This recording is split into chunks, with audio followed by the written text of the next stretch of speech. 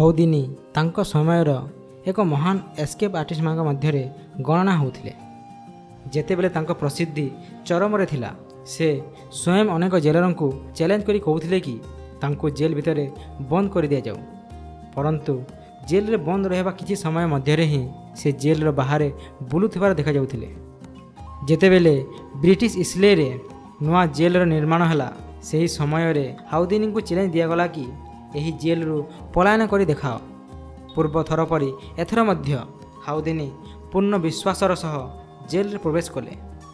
ଗାର୍ଡସଙ୍କ ସହ ଯିବା ପରେ ହାଉଦିନି ତାଙ୍କ ବେଲ୍ଟରେ ଲୁଚାଇଥିବା 2ଟି ହତିଆର ବାହାର କଲେ ଏବଂ କାମ ଆରମ୍ଭ କରିଦେଲେ। ପ୍ରଥମ 2 ମିନିଟ୍ ମଧ୍ୟରେ ହାଉଦିନିଙ୍କୁ ଜେଲ୍ର ତାଲା ବଡ଼ ଅଜୀବ ଲାଗିଲା। ଘଣ୍ଟା ଘଣ୍ଟା ଧରି ସେ ପ୍ରୟାସ କଲେ, ହେଲେ କୌଣସି ଉପାୟରେ ସେହି ତାଲାକୁ ଖୋଲି ପାରିଲେ ନାହିଁ।